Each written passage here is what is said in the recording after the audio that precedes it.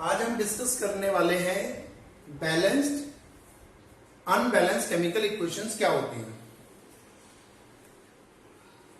जैसा कि previous video में हमने देखा, केमिकल इक्वेशन जब कभी भी हम किसी केमिकल रिएक्शन को सिंबॉलिक फॉर्म में रिप्रेजेंट करते हैं तो उसे बोलते हैं केमिकल इक्वेशन।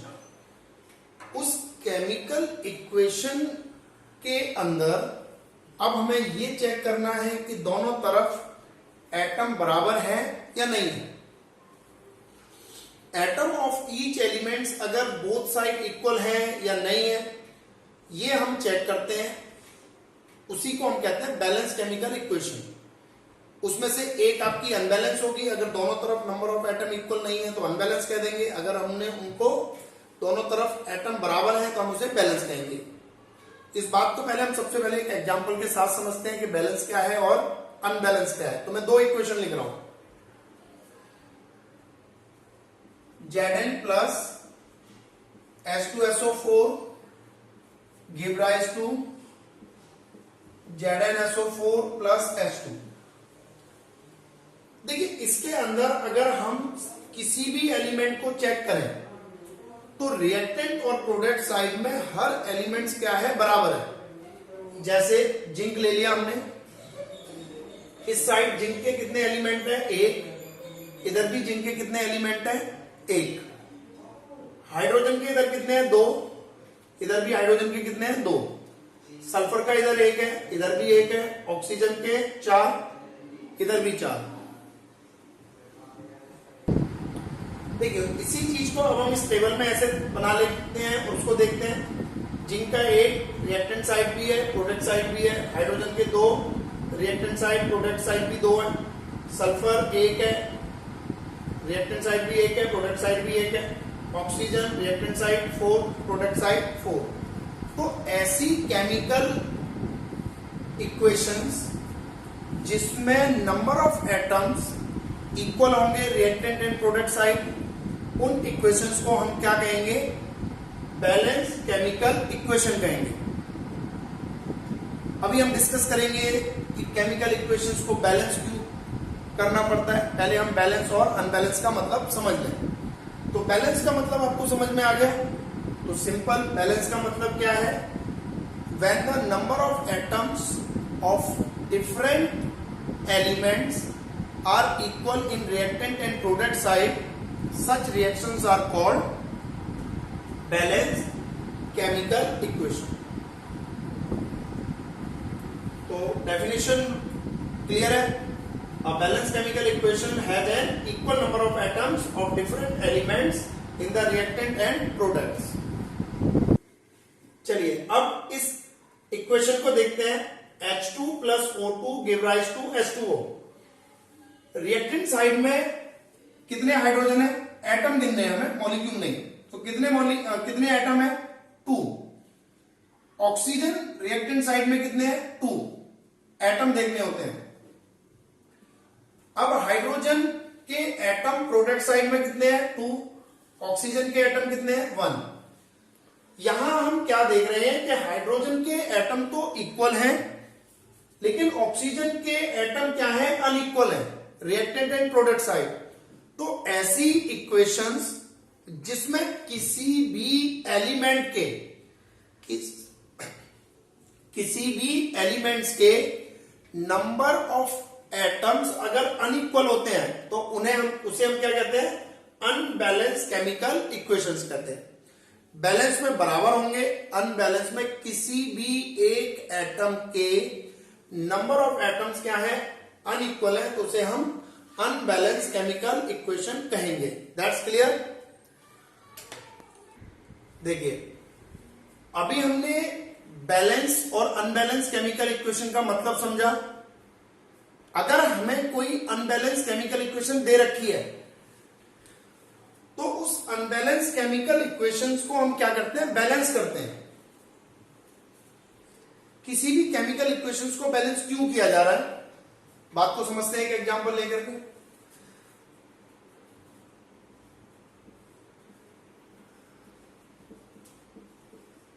देखिए, ये इक्वेशन अभी अभी हमने देखी, अनबैलेंस केमिकल इक्वेशन है। इस अनबैलेंस केमिकल इक्वेशन में अगर हम मॉलिक्यूलर मास देखें, रिएक्टेंट साइड का मॉलिक्यूलर मास देखें और प्रोडक्ट साइड का अगर हम मॉलिक्यूलर मास देखें, तो इन दोनों का मॉलिक्यूलर मास क्या आएगा? डिफरेंट आएगा। चेक करते हैं। Molecular mass of reactant side कितना हो जाएगा? 2 इंटू 1 प्लस 2 इंटू 16,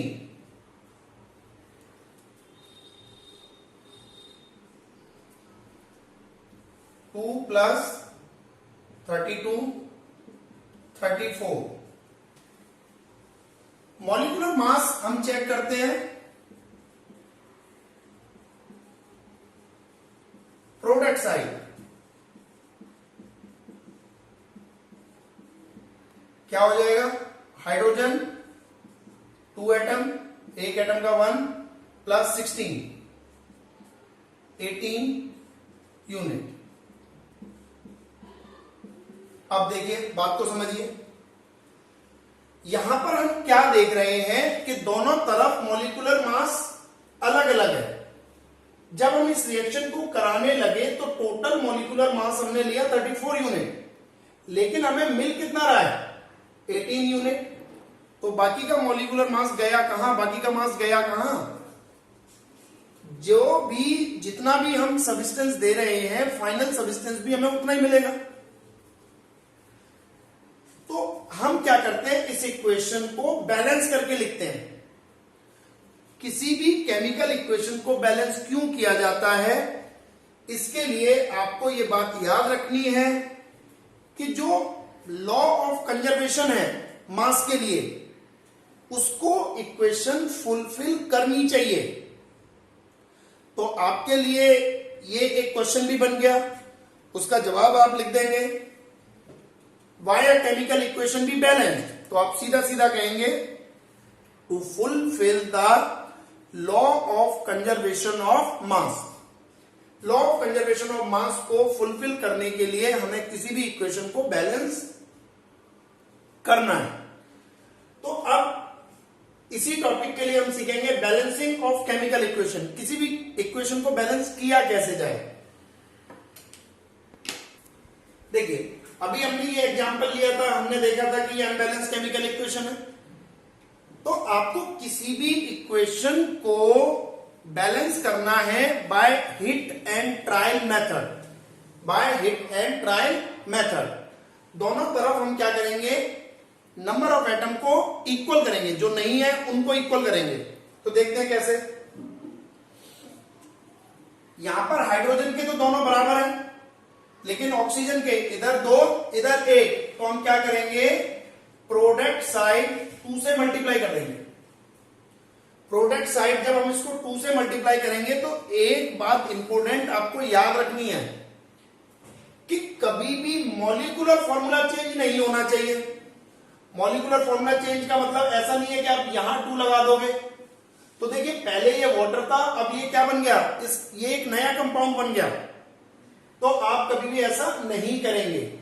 तो ये बात आपको याद रखनी है। हमेशा जो भी नंबर मल्टीप्लाई होगा वो यहां पर मल्टीप्लाई करना है आपको।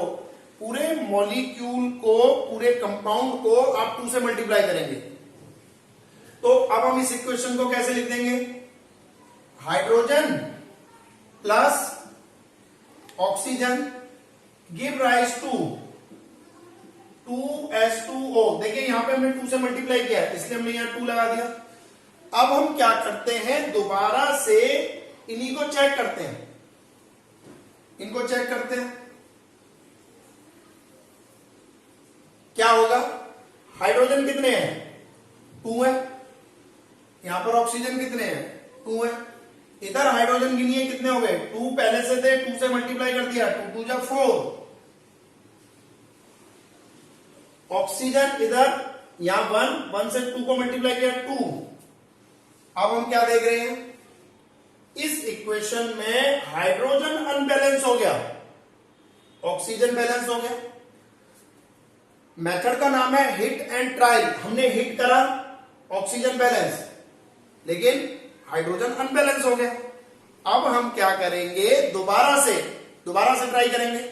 अब देखिए दोबारा से ट्राई करें तो हमें क्या दिख रहा है, इधर अगर हम 2 से मल्टीप्लाई कर दें, कौन सी साइड है, रिएक्टेंट साइड, किसको करना है, हाइड्रोजन को। तो अगर हम हाइड्रोजन को 2 से मल्टीप्लाई कर दें, ये कर दिया मैंने, प्लस ऑक्सीजन को मल्टीप्लाई नहीं करा, इसलिए ऑक्सीजन को ऐसे लिखना है, पहले भी वो O2 था, अभी भी O2। इस साइड भी हमने किसी को भी मल्टीप्लाई नहीं करा, तो इसको एज इट इज लिखेंगे 2H2O।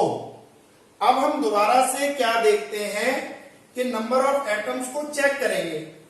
ये मैंने रफ कर दिया, अब हम चेक करते हैं। इधर हाइड्रोजन कितने हैं, 2 2 जा 4, इधर ऑक्सीजन कितने हैं, 2, इधर हाइड्रोजन कितने हो गए, 2 2 जा 4, ऑक्सीजन कितने हो गए, 1 मल्टीप्लाई बाय 2 तो 2। अब हम क्या देख रहे हैं, दोनों तरफ नंबर ऑफ एटम्स क्या हो गए, इक्वल हो गए। तो उसी को हम क्या कहेंगे, बैलेंस्ड केमिकल इक्वेशन।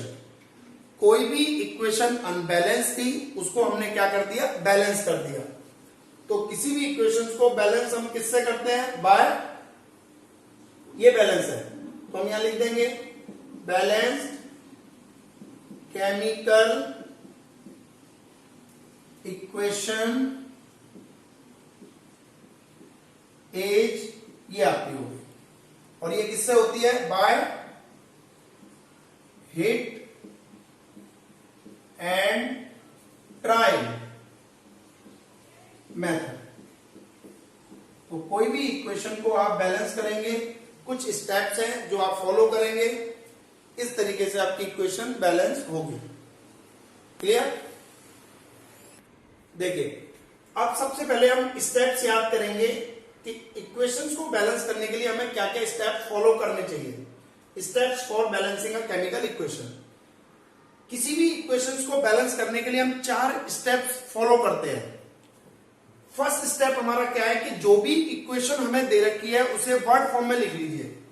तो पहला हमारा होता है वर्ड फॉर्म। दूसरा स्टेप्स क्या है कि जो भी आपके एलिमेंट्स हैं उनके लिए आप क्या दे दीजिए, सिंबल्स दे दीजिए। तो उसी वर्ड फॉर्म में है तो हम उसे रिएक्शन बोलेंगे। फिर उस रिएक्शन को आपको क्या करना है, सिंबल्स दे देने हैं। तो यानी कि सिंबॉलिक फॉर्म में रिप्रेजेंट कर दीजिए।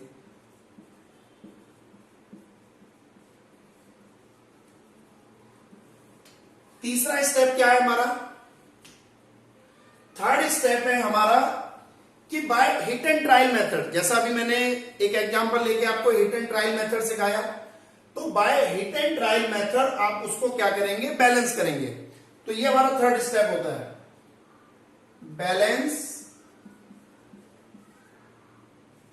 Bye hit and trial method. ये स्टेप हमें फॉलो करने हैं। चौथा स्टेप क्या है, चौथा स्टेप है हमारा, हमें इक्वेशन को इंफॉर्मेटिव बनाना है। चौथा स्टेप है हमारा, हमें क्या बनाना है, इंफॉर्मेटिव बनाना है। इंफॉर्मेटिव का क्या मतलब है, ये लेटर ऑन अभी हम डिस्कस करने वाले हैं। पहले 1 बाय 1 इनको डिस्कस कर लेंगे। वर्ड फॉर्म का क्या मतलब है। इंफॉर्मेटिव का मतलब, जैसे आपने कुछ इक्वेशंस के ऊपर लिखा हुआ देखा होगा, एरो के ऊपर हम कुछ लिख देते हैं, हीट का साइन बना देते हैं, या कोई एलिमेंट का नाम लिख देते हैं, या फिर हम किसी सब्सटेंस के साथ उनकी फिजिकल स्टेट मेंशन कर देते हैं। ये भी हम डिस्कस करते हैं। पहले इन तीनों स्टेप्स को हम क्लियर कर लें, देन हम बात करेंगे कि इंफॉर्मेटिव बनाते कैसे। तो देखिए इनको हमें डिस्कस करने के लिए एक एग्जांपल ले लेते हैं हम, कि आप किसी भी इक्वेशंस को बैलेंस करना चाहते हैं तो आप इस तरीके से रूल्स को फॉलो करें। मान लीजिए हमें एक एग्जांपल लेते हैं एग्जाम्पल हमारा क्या है,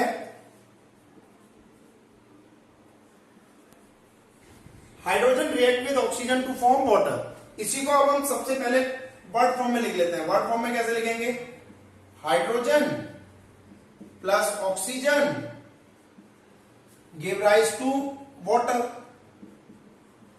ये हमारा फर्स्ट स्टेप हो गया।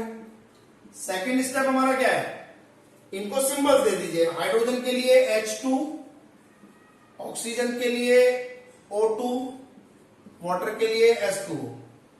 थर्ड स्टेप हमारा क्या है, अब हम इसको बैलेंस करते हैं। अभी अभी मैंने ये बैलेंस करके दिखाई थी। 2H2 plus O2 give rise to 2H2। तो ये आपके तीनों स्टेप इस तरीके से आपको फॉलो करने हैं।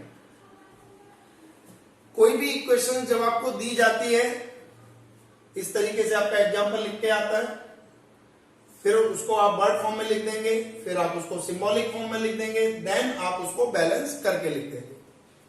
चौथा स्टेप अब हम डिस्कस करेंगे कि ये इंफॉर्मेटिव का क्या मतलब है। देखिए फोर्थ स्टेप की बात करते हैं कि चौथे स्टेप में हमने क्या डिस्कस करना है, to make the equation more informative. ज्यादा से ज्यादा हमें उस इक्वेशन के बारे में जानकारी देनी है। ये जो फोर्थ स्टेप है ये आपका ऑप्शनल है। बात को थोड़ा ढंग से समझिए कि क्या मतलब कहना चाह रहे हैं। अगर आपको क्वेश्चन में चीजें मेंशन है तब तो आप उनको यूज करोगे। अगर आपको क्वेश्चन में मेंशन नहीं है तो अगर हमें पता है कि इस सब्सटेंस की भाई स्टेट कैसी होती है तो हम यूज करेंगे, अदरवाइज हमें यूज नहीं करना। इसलिए हम इस फोर्थ वाले स्टेप को ऑप्शनल बोल के चलते हैं कि ये क्या है, ऑप्शनल है।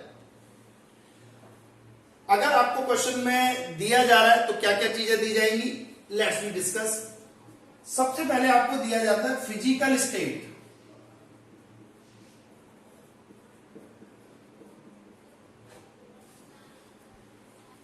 देखिए फिजिकल स्टेट में हम सब्सटेंस की स्टेट बताएंगे, whether it is a solid, liquid, gas या एक्वस। सॉलिड है तो हम क्या मेंशन करेंगे, सॉलिड है तो हम उसके लिए S लगा देंगे। अगर लिक्विड है तो हम क्या लगा देंगे, L लगा देंगे। अगर वो गैसियस है तो हम G लगा देंगे। अगर वो एक्वस है तो हम AQ लगा देंगे। That's clear. दो सिंबल और हम यूज करते हैं। अगर मान लीजिए इवोल्यूशन हो रही है, कोई गैस इवॉल्व हो रही है,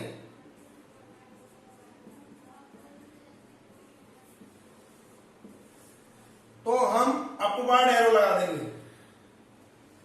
अगर वो प्रेसिपिटेट की फॉर्म में है तो हम डाउनवर्ड एरो लगा देंगे। इनका मतलब समझते हैं एक एग्जांपल लेकर के। देखिए मैंने कहा कि जिंक रिएक्ट कर रहा है। अब जिंक की स्टेट आपको बोली जाएगी सॉलिड जिंक, तो आप यहां क्या लिख देंगे, S। React with sulphuric acid, लेकिन आपको बोला जाएगा a solution of sulphuric acid या aqueous solution of sulphuric acid, तो H2SO4 एक्वस। यहां पर जो मैंने एक्वस लिखा है, इस एक्वस का पहले मतलब समझ लीजिए। देखिए एक्वस का मतलब होता है कि वो जो सोल्यूशन आपको दिया जा रहा है वो वाटर में डिजॉल्व हो रहा है। तो एक्वस सोल्यूशन का क्या मतलब है, that solution dissolve in water. अब ये रिएक्शन हमने बैलेंस इक्वेशन में पहले लिखी थी, लेकिन यहां पर हमने S और AQ नहीं लगाया था। सॉलिड के लिए हमने S लगाया क्योंकि जिंक ग्रेनुअल फॉर्म में मिलता है, यानी कि वो सॉलिड है। H2SO4 एक्वस होता है, यानी कि वो पानी में डिजॉल्व होता है। Give rise to ZnSO4। अब देखिए यहां पर भी आपको बोला जाएगा कि जो जिंक सल्फेट है वो एक्वस है, तो अगर हमें क्वेश्चन में दे रखा है तभी हम यूज करेंगे, अदरवाइज नहीं। तो जिंक सल्फेट एक्वस AQ लगा दिया हमने, प्लस हाइड्रोजन गैस इवॉल्व हो रही है। अब अगर आपको बोला गया कि हाइड्रोजन गैस इवॉल्व हो रही है तो इवोल्यूशन के लिए हम क्या लगाएंगे, ये वाला एरो इस्तेमाल करेंगे। अंडरस्टैंड? बात क्लियर हो गई कि आपने ये सिंबल्स कब यूज करने हैं, जब आपको दिया जा रहा है, तो इसीलिए हम इसको ऑप्शनल बोलते हैं। चलिए एक और एग्जांपल लेते हैं, एक और एग्जांपल लेते हैं हम, कैल्शियम हाइड्रोक्साइड। अब कैल्शियम हाइड्रोक्साइड आपको फिर से दिया जाएगा, a solution of calcium hydroxide AQ। Calcium hydroxide को रिएक्ट कराते हैं carbon dioxide CO2। Carbon dioxide किस स्टेट में, गैसियस स्टेट में, ये भी आपको बोला जाएगा। अब ये दोनों रिएक्ट होकर के आपको क्या बना रहे हैं, कैल्शियम कार्बोनेट। अब देखिए कैल्शियम कार्बोनेट के लिए आपको बोला जाएगा कि एक प्रेसिपिटेट फॉर्म हो रहा है, यानी कि जब प्रेसिपिटेट फॉर्म होगा तो आप उसके लिए क्या लगाएंगे, एक एरो लगाएंगे। तो यहां पर जब प्रेसिपिटेट बोला गया तो आपने क्या लगा दिया, एरो लगा दिया। और प्रेसिपिटेट किसमें होगा, आपको बोला जाएगा कि प्रेसिपिटेट इन वाटर, तो उसके लिए आप यहां क्या लिख देंगे, H2O लिक्विड। इस तरीके से आपने इन सिंबल्स का इस्तेमाल करना है। रिपीट अगेन, ये जो हम सिंबल्स यूज कर रहे हैं वो इंफॉर्मेटिव है, ऑप्शनल है। हम इक्वेशन को इंफॉर्मेटिव बनाना चाहते हैं, लेकिन अगर आपको दिया हुआ है क्वेश्चंस में ये बातें लिखी हुई है कि zinc in solid, H2SO4 aqueous, zinc sulphate aqueous, hydrogen gas evolve, तभी आपने लगाने हैं, अदरवाइज आपने सिंपल इक्वेशन लिख देनी है। That's clear? पहला स्टेप हमारा क्लियर हो गया। अब हम दूसरा स्टेप डिस्कस करते हैं। दूसरा स्टेप है हमारा हीट चेंजेस। देखिए हीट चेंजेस के बिहाफ पर हम केमिकल रिएक्शंस को दो टाइप में कैटेगराइज करते हैं। आप बात को ऐसे समझिए, किसी भी केमिकल रिएक्शंस को कराने के लिए या तो हमें उसे हीट देनी पड़ेगी या उसमें से हीट निकलेगी। On the basis of heat changes chemical reactions are of two type, either the reaction evolve heat or it absorb the heat. तो हीट चेंजेस पर हम दो टाइप की केमिकल रिएक्शन डिस्कस करने वाले हैं। पहली है आपकी एक्जोथर्मिक,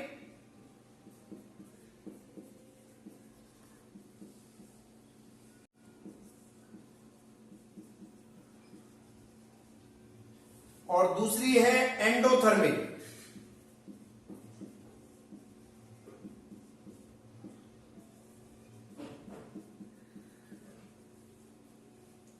एक्जोथर्मिक का क्या मतलब है?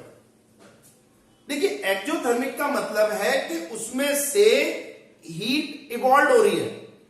कोई भी ऐसी रिएक्शन जिसमें से हीट इवॉल्व होगी उसे हम क्या कहेंगे, एक्जोथर्मिक रिएक्शंस कहेंगे। और ऐसी केमिकल रिएक्शन जिसमें हीट एब्जॉर्ब होगी, जिसमें हीट एब्जॉर्ब होगी उसे हम क्या कहेंगे,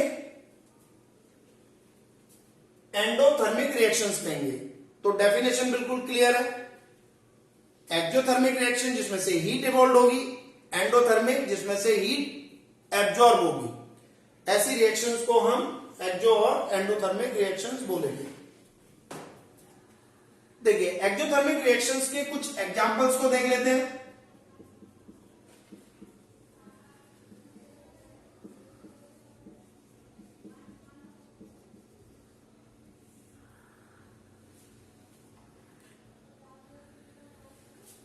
एक्जोथर्मिक रिएक्शन जितनी भी कंबशन रिएक्शंस होती हैं, आप किसी भी सब्सटेंस को बर्न कर दीजिए, उन रिएक्शंस में से हीट निकलेगी।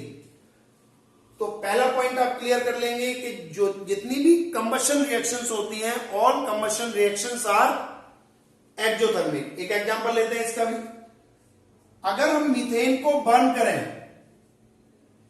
एयर में एयर में से ऑक्सीजन मिल जाएगी उसको, तो बर्न होकर के हमें क्या मिलेगा, CO2 प्लस H2O।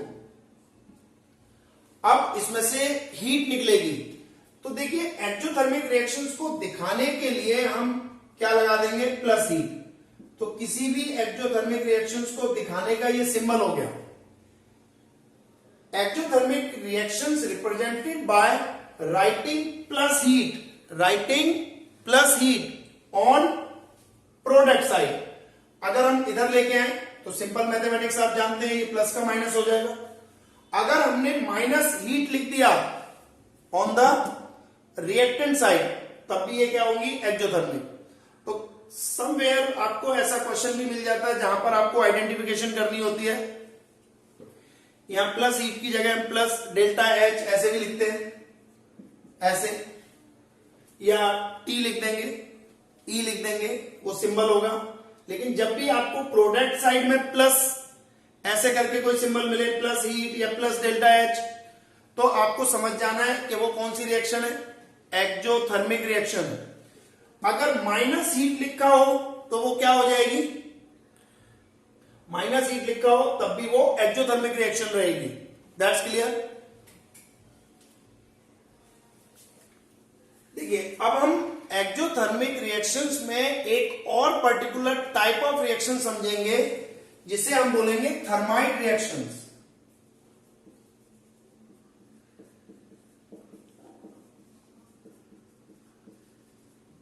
तो थर्माइट रिएक्शंस के लिए सबसे पहले आपको याद रखना है कि थर्माइट रिएक्शंस क्या है, एक्सोथर्मिक रिएक्शंस को ही बोल रहे हैं। थर्माइट रिएक्शंस क्या है, एक्सोथर्मिक रिएक्शंस को ही हम थर्माइट रिएक्शन बोल रहे हैं। तो फिर डिफरेंस क्या है, जब रिएक्शन में से बहुत ज्यादा अमाउंट में हीट निकले तो हम उनको क्या बोल देते हैं, थर्माइट रिएक्शंस बोल देते हैं। थर्माइट रिएक्शंस बेसिकली उन रिएक्शंस के लिए वर्ड यूज किया जाता है जिसमें लार्ज अमाउंट में हीट निकले। एक पर्टिकुलर एग्जांपल बहुत ज्यादा पूछा जाता है, उस एग्जांपल को आप लिखेंगे Fe2O3। अगर हम इसको एल्यूमिनियम के साथ रिएक्ट करा दें, Fe2O3 किस स्टेट में है, सॉलिड स्टेट में है, एल्यूमिनियम भी सॉलिड स्टेट में है। लेकिन जब हम इनको रिएक्ट कराते हैं तो हमें क्या मिलता है, Fe, और ये Fe किस स्टेट में आ जाता है, लिक्विड स्टेट में आ जाता है, मॉल्टन स्टेट में।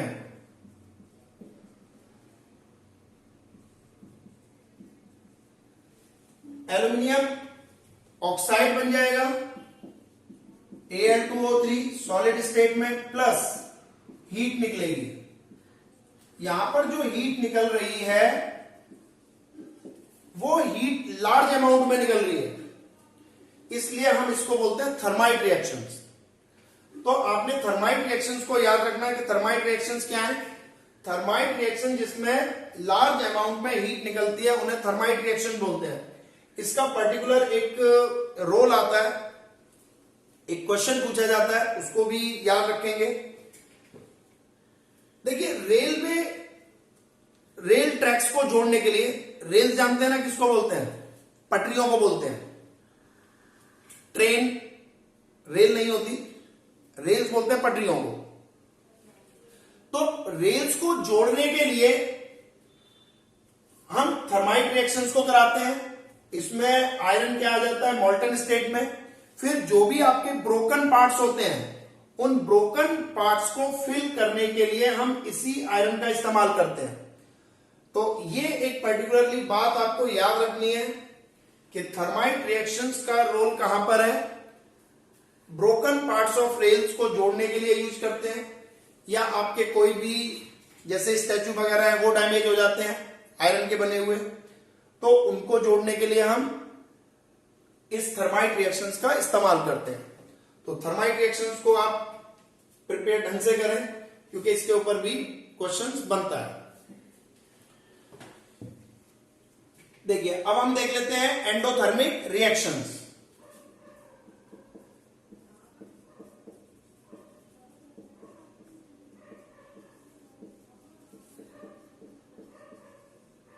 एंडोथर्मिक जिसमें हीट एब्जॉर्ब होगी, दिखाने के लिए क्या करेंगे, प्लस हीट लिखेंगे रिएक्टेंट साइड या माइनस हीट लिखेंगे प्रोडक्ट साइड। इसका भी एक एग्जांपल ले लेते हैं। एग्जांपल हम लेते हैं, नाइट्रोजन गैस को हम रिएक्ट कराते हैं ऑक्सीजन के साथ। अब जब दोनों को रिएक्ट कराया तो ये रिएक्ट नहीं करेंगे, तो हम इसको थोड़ी सी हीट दे देते हैं, प्लस हीट। जब इन दोनों को रिएक्ट कराया, प्लस हीट दी, तो हमारा क्या बन गया, नाइट्रोजन मोनोऑक्साइड। नाइट्रोजन मोनोऑक्साइड भी गैसियस स्टेट में होगा। इसको बैलेंस करना चाहें तो बैलेंस कर सकते हैं, यहां 2 लगा देंगे, तो नाइट्रोजन मोनोऑक्साइड बन गया। देखिए, इन दोनों को रिएक्ट कराने के लिए हमने क्या दी, प्लस हीट दी, इसलिए ये क्या हो गई, एंडोथर्मिक रिएक्शंस हो गई। तो आप याद रखेंगे कि एंडोथर्मिक रिएक्शंस क्या होती हैं, ऐसी रिएक्शन जिसमें हीट एब्जॉर्ब होगी, उन रिएक्शंस को हम क्या कहेंगे, एंडोथर्मिक रिएक्शंस कहेंगे।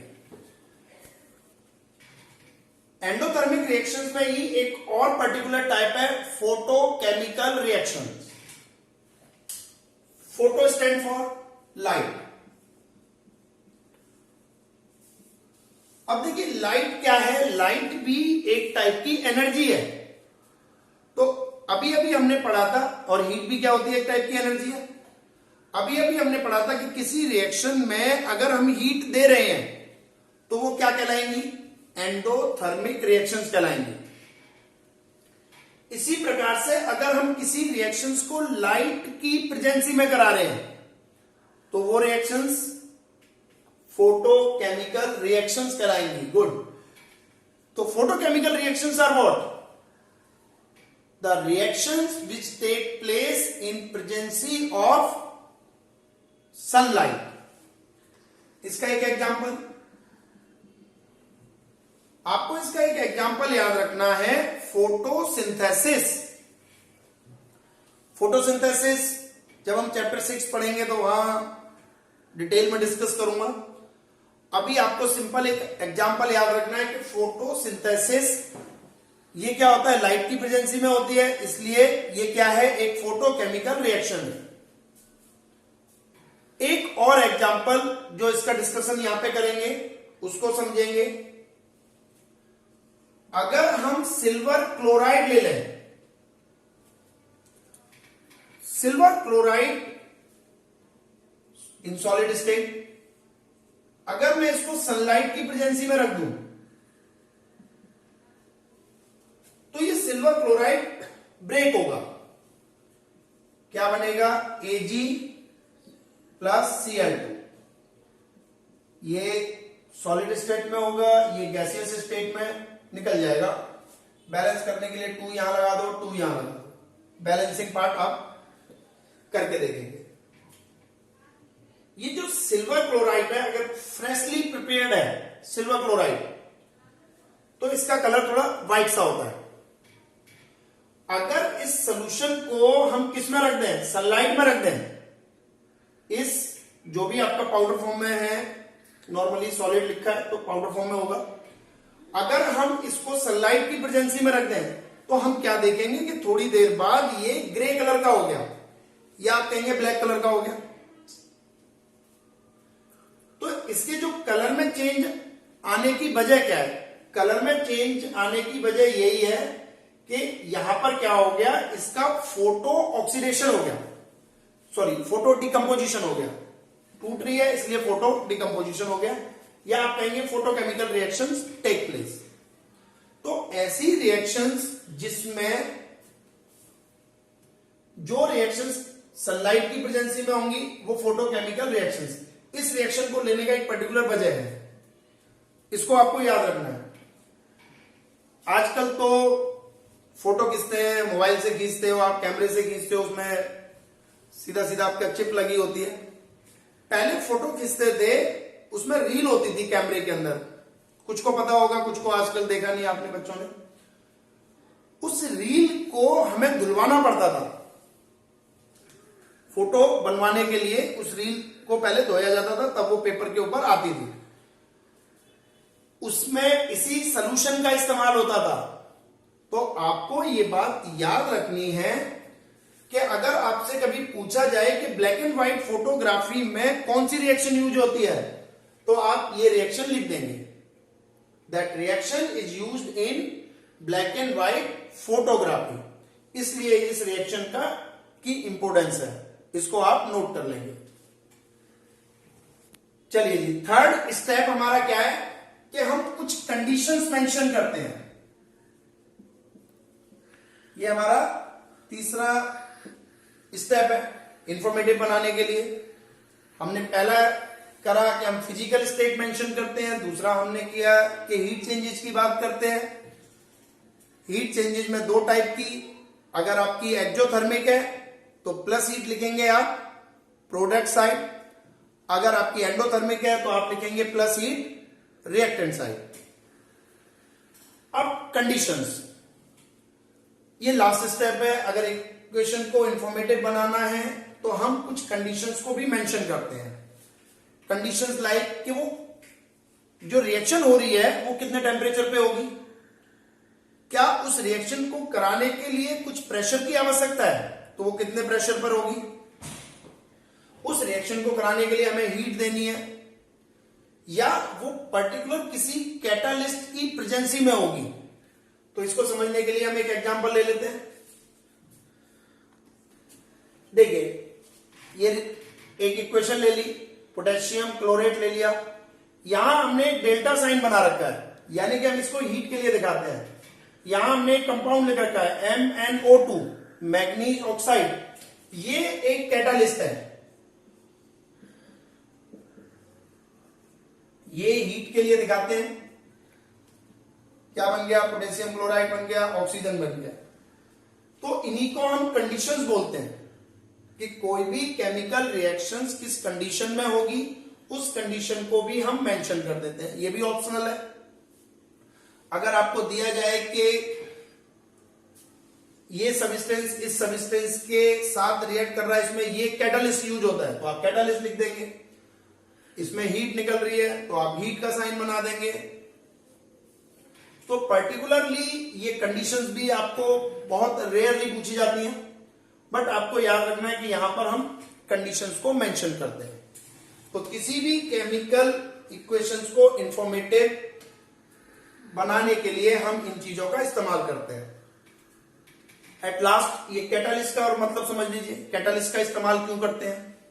देखिए, कैटालिस्ट क्या है कि कैटालिस्ट ये रिएक्शन को जब हम हीट कर रहे हैं तो बड़ी स्लोली टूटेगा, तो इस रिएक्शंस के रेट को फास्ट करना है।